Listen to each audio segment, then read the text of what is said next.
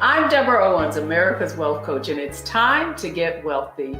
You're going to learn exactly what you need to know and do to finally achieve the level of financial success you desire and you deserve. Well, it's Black History Month, and after 20 years in the investment industry, it's hard to believe that I left to become a financial freedom fighter, a moniker the founder of this network, Roland Martin, gave me many years ago. And that's why today I'm excited to have another financial freedom fighter on air to share with us exactly what we need to do to be fearless around our finances. But before we get started, here's what they don't want you to know about what you need to be fearless about your finances. Number one is that financial ignorance is expensive. What you don't know can really impact the decisions that you make. Secondly, you cannot win if you're not playing to win. It's not about not losing, because the lower your risk, the lower your potential for reward.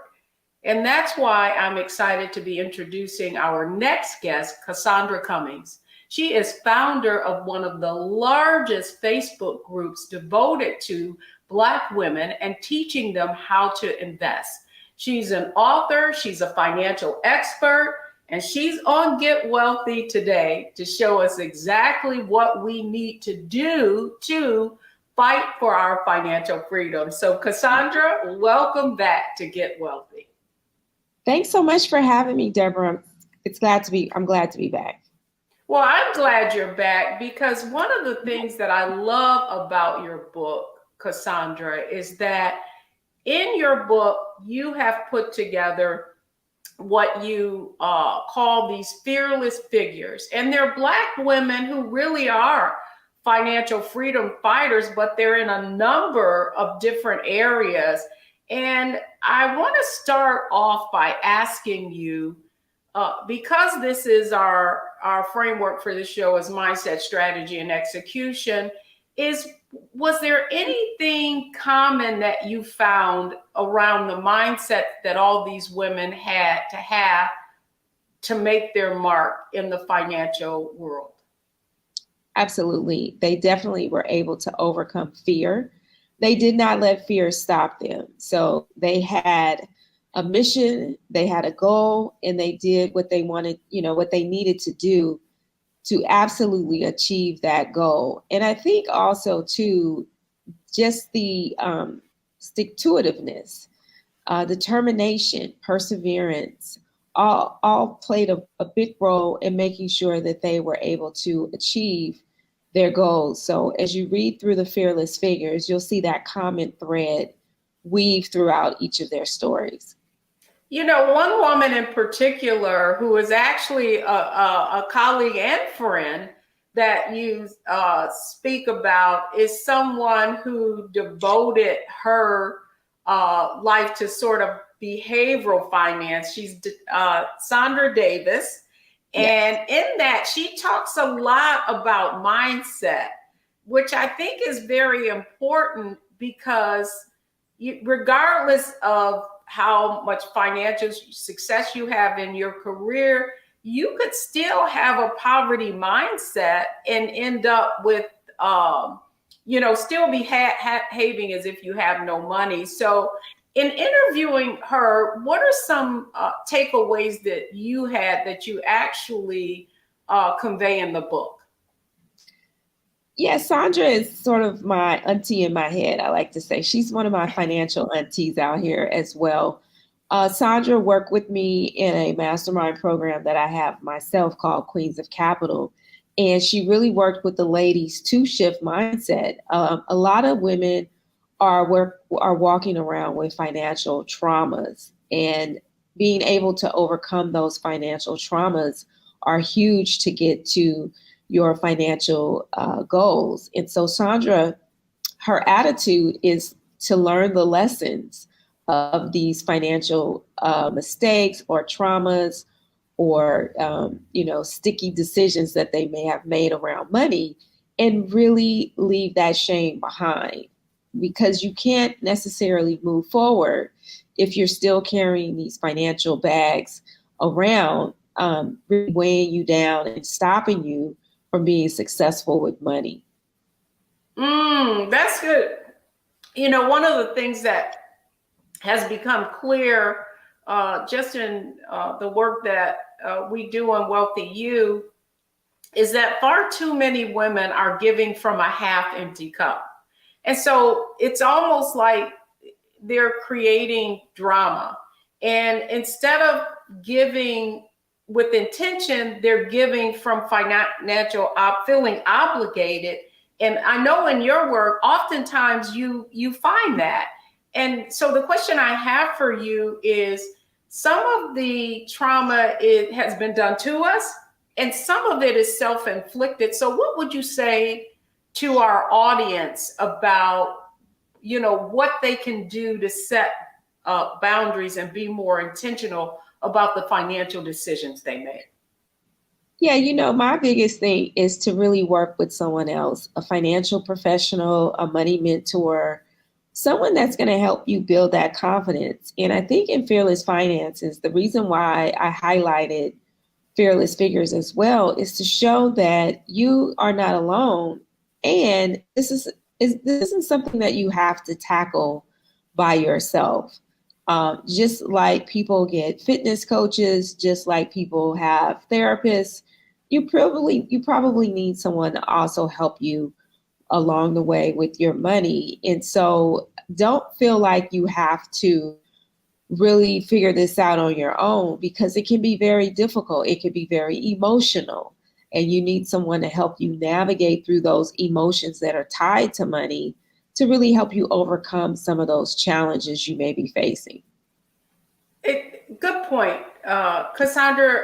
What I do find, and you know, even myself included, as I, you know, began to have some career success, and with that came some monetary success as well.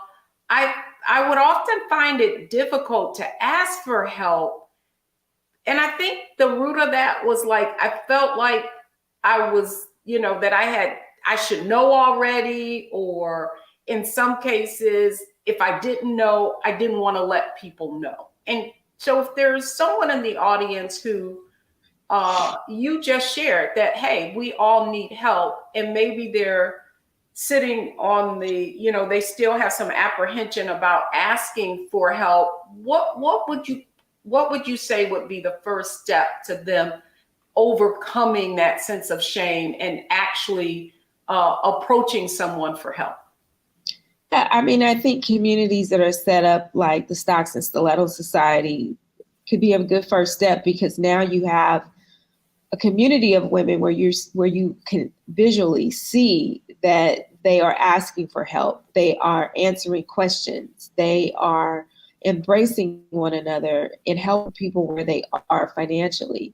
And I think once you see that type of community, that gives you the courage, it emboldens you to then take it a step further and say, okay, how does this apply to me, and who can I possibly reach out to help me? I always say, look for someone who you admire from a financial standpoint, and start to ask that person questions like, what are you investing in? Or, how did you get started with XYZ investment?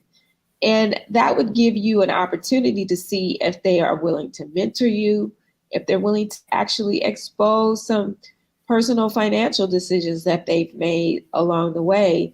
And it really just sort of strikes up the conversation, because money is very personal. So I would just say that would be how you would get started, with finding someone you can connect with that can help you. A lot of times reading books, they'll have resources available to you inside of those, the books that you read, on additional communities or other organizations that you can become a part of, where you can also enlist assistance. Oh, that's a great way to look at it, because a secret that I learned very early on in my career is to really ask very successful people about how they became successful, because people love talking about themselves as opposed to asking for help, asking them how they achieved what they achieved. People will go on and talk about themselves, and then they'll be more likely to want to help you because you're in a situation where you didn't necessarily say help me, but you said, well, how did you get where you are? And I love this, Cassandra, because in our next segment, we're going right into strategy to talk about what are some lessons that we can learn from some other fearless figures that you mentioned in your book, and also just the invaluable insight that you're bringing to us today. So don't go anywhere, folks. When we come back, it's all about the strategies that you can use to become fearless about your finances. So don't go anywhere. We'll be right back.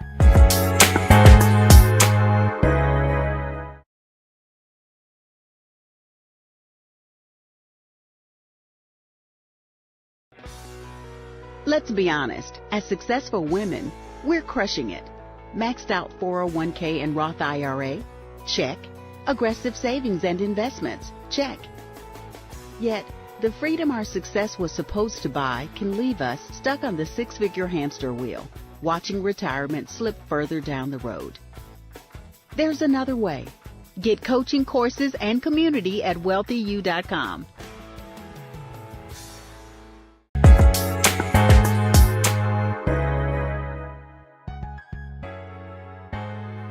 Welcome back, everyone. This is Get Wealthy, and I'm Deborah Owens, and I'm having a fearless conversation with our guest today, Cassandra Cummings. She is the founder of Stocks and Stilettos and author of the new book, Fearless Finances.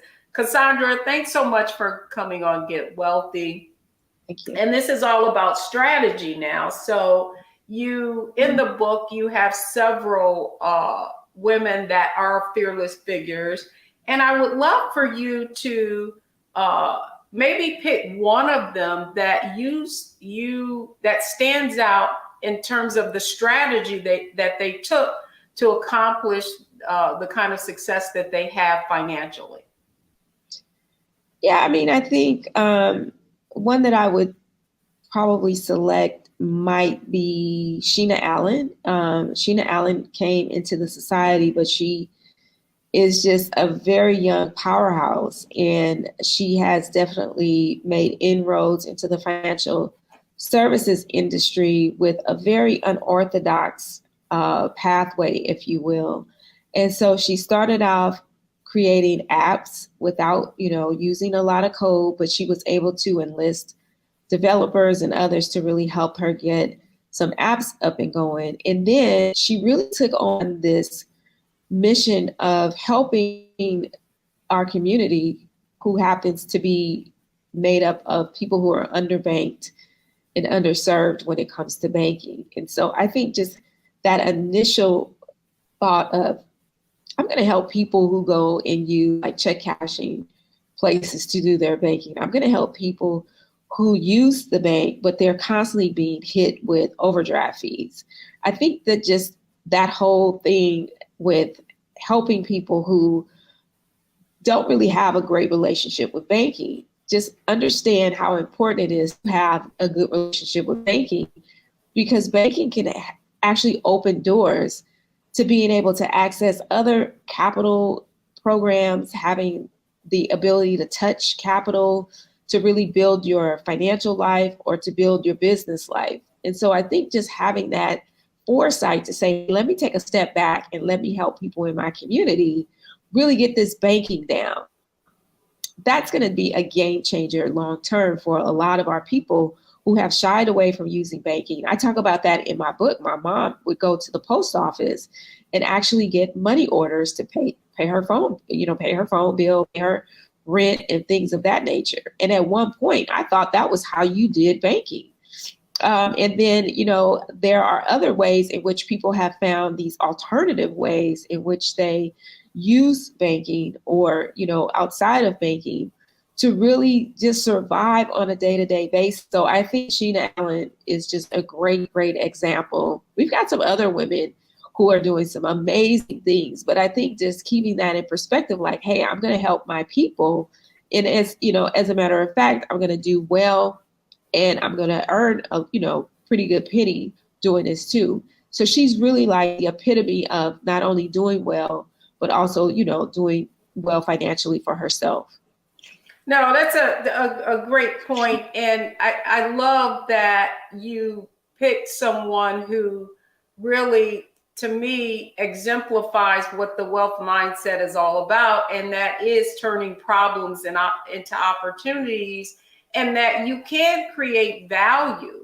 Because going back to my point earlier about what they don't want you to know about wealth is how financial ignorance is expensive, right? And there's a great example of us using things like bank payday loans and that sort of thing to finance their, to feel like that's the only avenue that we have, and not realize that we're charging more. A true story, my father had dementia. And so I took over his finances, and I didn't realize that he had been using these check cashing places, even though he had money in the bank. But my brother shared with me, oh, well, he would do that. It was convenient. And he would just tell me, take him there. And I didn't really know, what he was doing. And when I looked at the kind of interest that was being charged, it would have been just so much easier for him to be able to go to the bank, but he no longer drove. He had become ill. And so kudos to Sheena for finding ways to serve our community.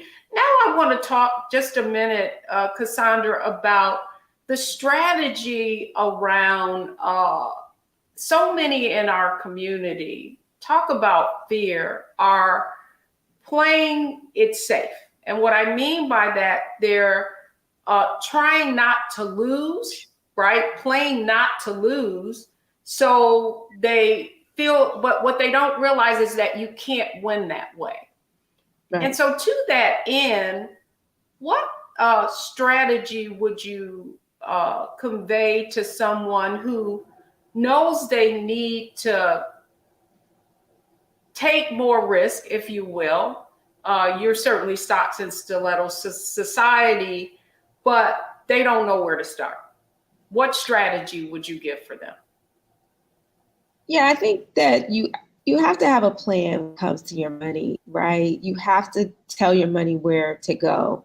And so at the end of the day, you've got to be able to say, okay, I'm starting with $10,000 and I want to grow this money to $1 million, right? That may be your plan to go from A to Z. And so start with that end in mind, then you can start to figure out, okay, what do I need to put in place to get to this $1 million mark or $500,000 mark, right? Celebrate some of the small wins along the way. And then the strategy would be to find people or find, again, resources that are going to help align you with getting your goals. So that could be reading a book. It could be taking a class. It could be doing, some other community-oriented program. And so starting where you are, you really have to assess, okay, well, I'm here. I'm starting from scratch. I know absolutely nothing, or, I got a little bit of stock. I got a 401k plan. Let me seek out help from my HR department and see what resources they have. That's good. One of the figures that you have in the book, you talk about fearless figures, is Sylvia Hall. And the fact is that so many Black women have a lot of student loan debt. Can you share why you felt like she was a good figure to put in your book in terms of having around fearless finances? Yeah, Sylvia was someone who I came across by way of a recommendation. We were looking for someone who had achieved financial independence, retired early, where basically she had accumulated enough money to stop working. And so we wanted to hear her story. We wanted to hear how she actually went about being able to achieve FIRE, because that's something that we actually don't get a lot of exposure on. Like, how can I retire early, right? And so what I've come to learn is that exposure equals expansion. And so as we got into her story, we got to really hear like how she actually put the pieces together to be able to retire early. That doesn't mean that she stopped working altogether, but having that pressure lifted off of your back where you don't have to work and you want to work, it's just a different feeling. You take a different approach to having much more purposeful work in your life. And so her story basically was that she came out of college, she didn't have a job, she had all of this debt from law school, and she really wanted to attack the debt. And so in attacking the debt, it prompted her to really make some strategic moves around acquiring real estate, around taking on a second job, to be able to eliminate that debt quickly and then start to save towards being able to have the option of working and not the necessity of working.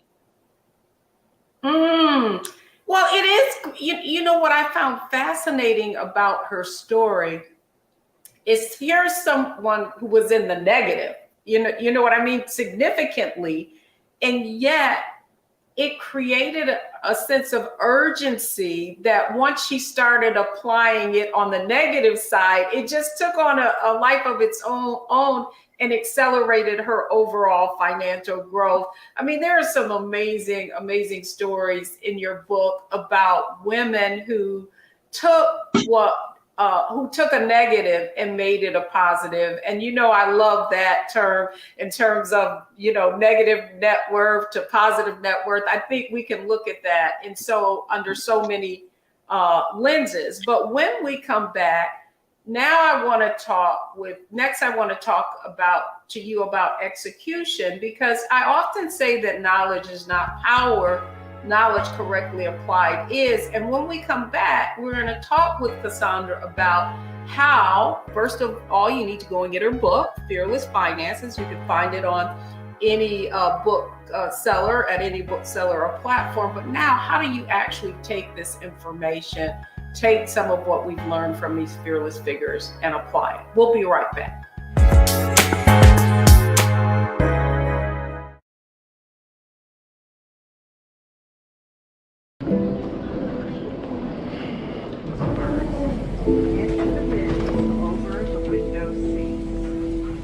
Are the only bins that will accommodate larger rollerboards.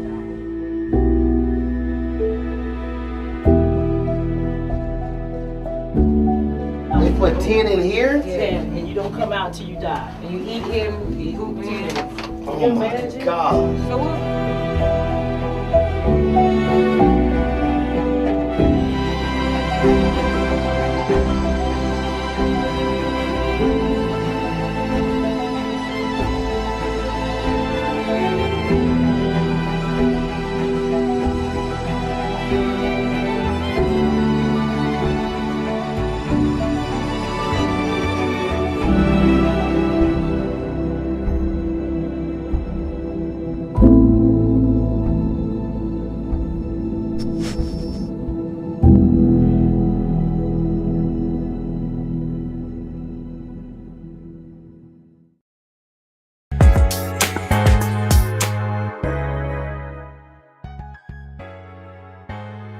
I'm Deborah Owens, and we're getting wealthy, by learning how to be fearless with our finances, specifically with some examples from the book, Fearless Finances, Women Who Became Fearless Figures.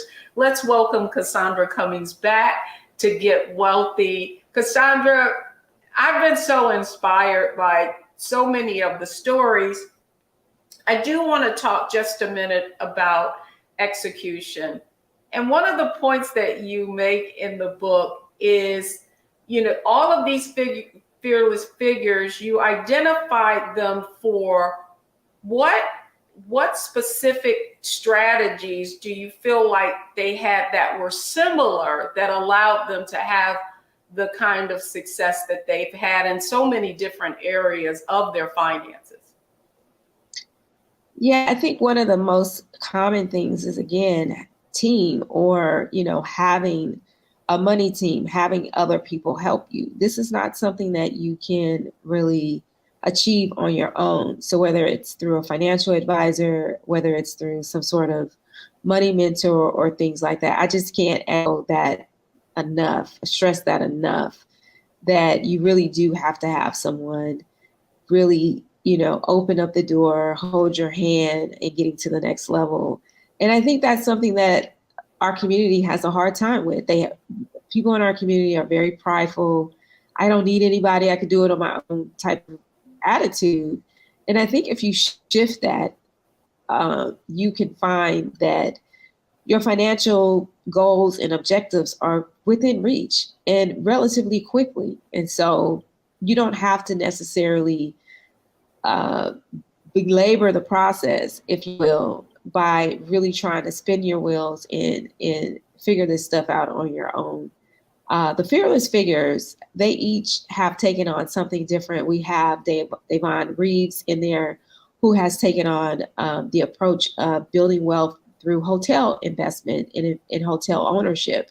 We have Robin Watkins, who took on being able to create SPACs, special purpose acquisition companies, which is a form of collecting money and then being able to help other companies grow their businesses and then hopefully become publicly traded. That is something that, I think they're one of the first minority owned SPACs. And when they launched a $126 million fund to help Black and brown businesses not only scale, but eventually go public. And that is definitely unheard of. And then you have, people in there, like I mentioned, Sheena Allen, Sylvia Hall. You've got Makita Smith, who is blazing trails in the real estate industry. And she's now opened up an international real estate office over in Dominican Republic. And so you've got all of these different women who are leading charges in some form or fashion in their own lane. They figured out their own ministry, and they are, making things happen in those respective industries. And so I would just say, take a look at those stories, and hopefully there is something that resonates with you that will trigger you to move differently when it comes to your money.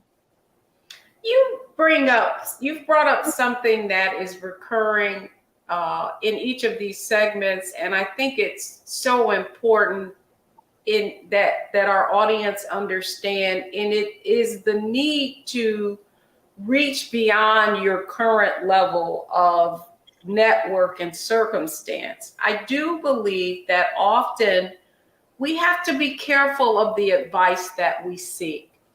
You specifically talked about having a money team. And I believe that so many of us, and myself included for years, took advice from our friends, right? Who we kind of were all at the same level in terms of socioeconomically, not really understanding that in order to get to the next level, someone has to take you there. And I find that, and it's interesting, we were just interviewing someone and they were saying, yeah, I was doing all the free stuff and, thinking that I could get somewhere. And it was not until I actually invested in something that, that would give me the kind of insight that I needed, because free advice is just, it's just that. That's the reason it's free. And you said something that I think is so important, and I would love it if you could double click on it from your own personal perspective, Cassandra, and that is, what do you feel like has made the most impact in terms of a relationship for your own personal growth and success? Mm-hmm. What's the one thing? The one thing I think is just being able to really feel energy from certain people. If I wanted to maybe get assistance from someone, just really being able to better understand their energy towards helping me. And if the energy is off balance and they're not really open to helping me, really understanding how to compartmentalize that, not take it personal, and then seek out other people who can help me, whether that be free or paid. I'm not against the free 99 way of getting help, but at some point you've got to be able to layer that with, maybe some paid assistance as well. But I think in this whole game of finance and becoming fearless, it just boils down to relationships. And so I would employ you to definitely work on that skill set. Stanford's MBA program, they spend a significant amount of time on interpersonal skills and beefing up the touchy-feely aspect of relationship building.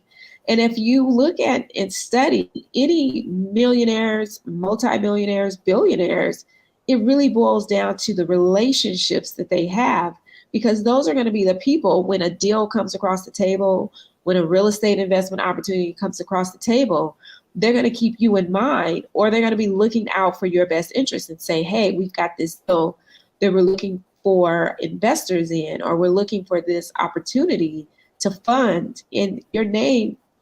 You want your name to come up when those opportunities come across someone's desk. And so that's going to boil down to just absolute relationship building. And so if you feel like you need to work on that particular skill set, I would employ you to take a course or to get out there and really push yourself to network and shake some hands. We've got someone that says, she's the queen of the warm handshake. And so it's very important for you to understand that at the end of the day, relationship building equates to financial success.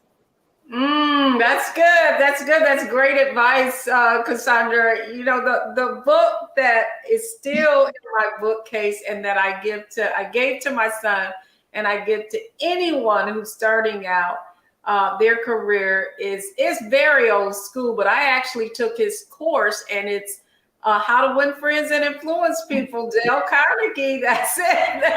Yeah, that's great advice. So when we come back, classic. When we come back, Cassandra, it's our lightning round, and it's analyze, optimize, maximize. Now we're going to talk about how you can put all of the insight that you've heard on today's program into action so that you can get wealthy. Don't go anywhere, folks. We'll be right back.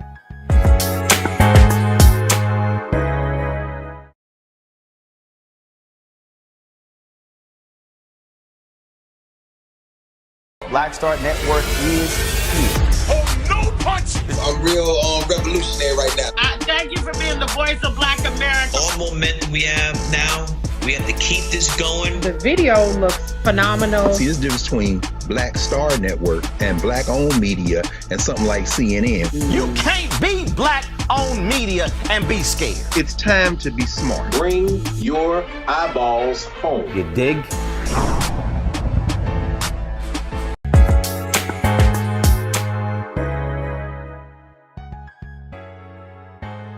Welcome back, everyone. I'm Deborah Owens. I'm America's Wealth Coach, and we're helping you get wealthy this week with Cassandra Cummings. She's the author of Fearless Finances, and it's Black History Month, and we're talking about some of the fearless figures in her book. Cassandra, it's our Analyze, Optimize, and Maximize segment, and I know we've covered a lot. But, what I want this audience to know is that they can always go and get your book so that they can get additional insight. But let's talk about you interview these women. And that's why I love interviewing people like yourself, of course, because you can always bring different perspective. But as you look at the impact that these women made, what can you tell our audience about how they need to analyze if they were reading your book and it become applicable to their own lives and relevant and make an impact? Yeah, the book is actually broken into 3 different areas. The first area is really about survival. I think Black people or people of color usually are fighting their way, clawing their way out of survival mode. And so the first part of the book really helps to attack that, if you will. How do we get beyond just surviving? And then we get into the second part of the book once we have created, this way of getting out of survival mode into stability. Okay, now I'm at a point where I'm not living paycheck to paycheck, or I've got, this banking thing down. I'm ready to move on and make sure that my investments are set up properly. And so that second part of the book, we're looking at things like buying property, buying real estate, setting up your retirement funds correctly, looking at different options with being able to look at possibly other alternative investments, right? So this is that introduction to stability. Okay, now how do I create a firm financial footing so that I don't get put back into survival mode? And then we go into that third phase, which is surplus. So now everything is firing on all cylinders. I have a disposable income. I'm ready to actually make my money start working for me. And so that third section is looking at real estate investments.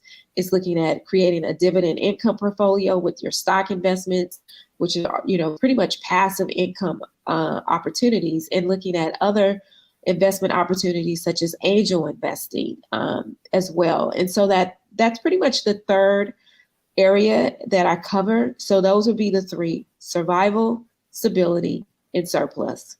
That's good. Cassandra, the other question I'd like to ask is, for some people, what I have found is that that conservative nature, particularly if you look at Black Americans and how we are investing our dollars, only 65%,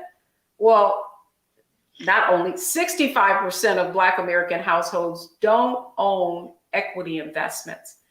And part of that, I think, is why the wealth gap is so wide. So what advice would you give someone listening to this program about what they could do to accelerate the type of growth that they have, so that they're not just saving, they're actually growing, investing and growing? Right. So you can't save your way to prosperity, number one. Number two, Black women are the highest educated population in the country. And so it's really not a money issue, it's a priority issue. And I think that women in general, because that's pretty much who I serve in terms of demographics, they have to really educate themselves on how money works. And because they're able to go to school, they're able to get, multiple degrees. But when it comes to their actual net worth, they didn't take that class. And so they now have to, find time to be able to educate themselves and become literate in money matters. And so that's what we do in the Stocks and Stiletto Society, is that we really help them close that education gap so that they in turn can close that investment gap. And so that's really important to me, because it's really not that we don't know any better. We're choosing not to learn how money works, put our head in the sand and say, "Oh, I'll deal with that later." And we can't continue to do that. Yeah, well, you know what? It is interesting. This is what I find fascinating and frustrating at the same time, is that we have all this education. However, how is it even possible that we would go through high school, we would go through undergrad, we would go through an MBA, we would get a PhD, and in many cases, Cassandra, those courses around investments and personal finance are not even, in some cases they could be an elective, I'm not going to argue that, but should be intertwined and integrated into what is a basic foundation, not an elective, but a requirement. So I'd love to hear your thoughts on that. You're a USC grad. I want to know, was there anything that was covered that you're now providing your community with in your formal education? Well, in my formal education, I'm an accountant by trade. And so most of my courses in instruction centered around how to help major companies make money and watch their money. But I'm a small corporation, and I needed to learn how to apply that myself, right? I think Fidelity calls it your personal economy. And so there aren't courses on how to, effectively scale your personal economy. And so you really may have to seek out those courses, because if you're taking courses in the STEM area, right? Science, technology, engineering, mathematics, those courses, those schemas, if you will, they're not set up to integrate financial independence or anything like that. All of these majors are really set up to help you become skilled at a particular trade or, career. And so that's why it's really personal, because you have to figure out what's going to work for you. It's also systemic, right? A lot of this knowledge that we get of personal finance come from our own backgrounds, our families, our moms, our dads, our grandmothers. And so if they didn't get the skills, if they didn't get the experience, how in fact can they impart that on us? So a lot of us are starting from scratch. A lot of us are learning this on the go around because we did not have this available to us in school. We did not have it available to us at home. And so I think that's why, again, you've got to seek out organizations, you've got to seek out professionals that can really help you, hold you by the hand, and get you to where you want to go. I'm so glad you said that.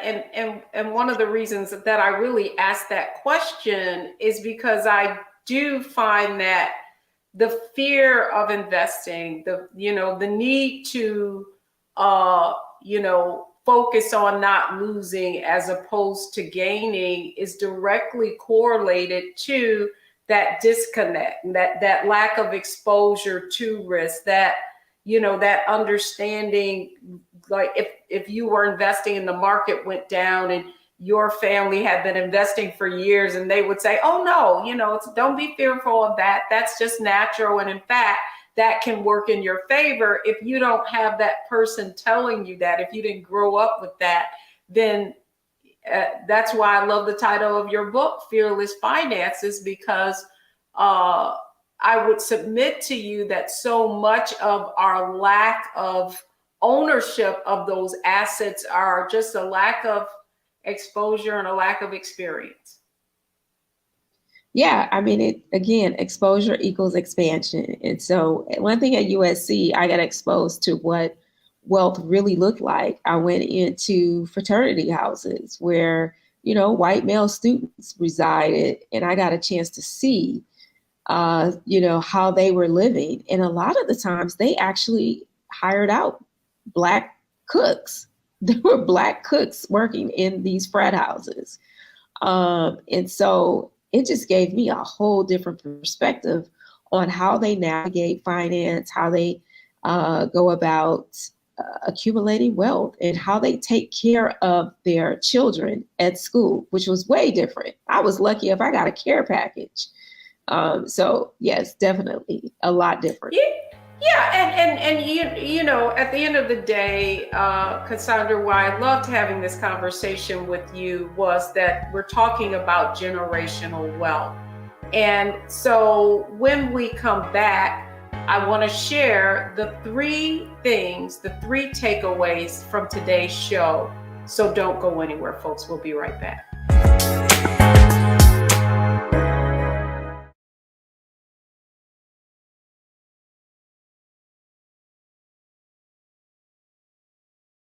When you talk about blackness and what happens in Black culture, we're about covering these things that matter to us, speaking to our issues and concerns. This is a genuine people-powered movement. There's a lot of stuff that we're not getting. You get it, and you spread the word. We wish to plead our own cause too long have others spoken for us. We cannot tell our own story if we can't pay for it. This is about covering us. Invest in Black-owned media. Your dollars matter. We don't have to keep asking them to cover our stuff. So please support us in what we do, folks. We want to hit 2,000 people, $50 this month, raise $100,000. We're behind 100,000, so we want to hit that. Y'all money makes this possible. Checks and money orders go to P.O. Box 57196, Washington, D.C. 20037-0196. The Cash App is $RM Unfiltered. PayPal is R Martin Unfiltered. Venmo is RM Unfiltered. Zelle is Roland at RolandSMartin.com.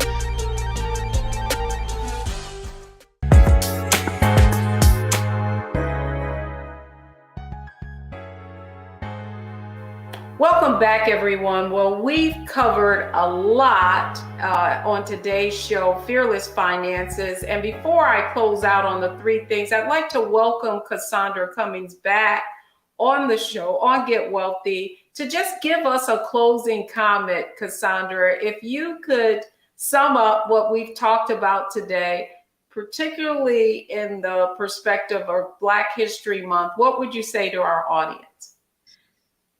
I would say the three things. I'd give you a few different ways to look at it. You got to plan, save, and invest. So you got to make a plan for your money, right? That is key. You've got to begin with the end in mind. Where do you see yourself going with your finances? And then you've got to save. You've actually got to put those things in place because it takes money to make money. So what are you doing to accumulate savings, to maybe add a side hustle or a multiple income stream strategy to building up this stockpile of money for you to deploy into that third aspect, which is investing, right? I always like to say each of your dollar bills are like employees. What are your employees doing to bring you even more money? No one wants to have employees sitting around not making money for them. And so if you put each of your dollars to work for you, then that means you have to do less work, and put all your money to work for you. So I would say plan, save, and invest. And then on the other side of that, I would say, make, manage, and multiply. So that would be an extension, and that may be for another conversation. I love it when you leave us hanging, right? Excellent show. So let me just share with our audience. Here are the three takeaways from today's show. First, as our guest would say, mind right, money right. Secondly, money loves speed, so you've got to take action. And then finally, as our guest would say in her book, and I want to make sure you go out and get it, that your bank account should match your handbag. Well, that's going to do it for me that's going to do it for me on this episode of Get Wealthy. Keep watching only on Black Star Network.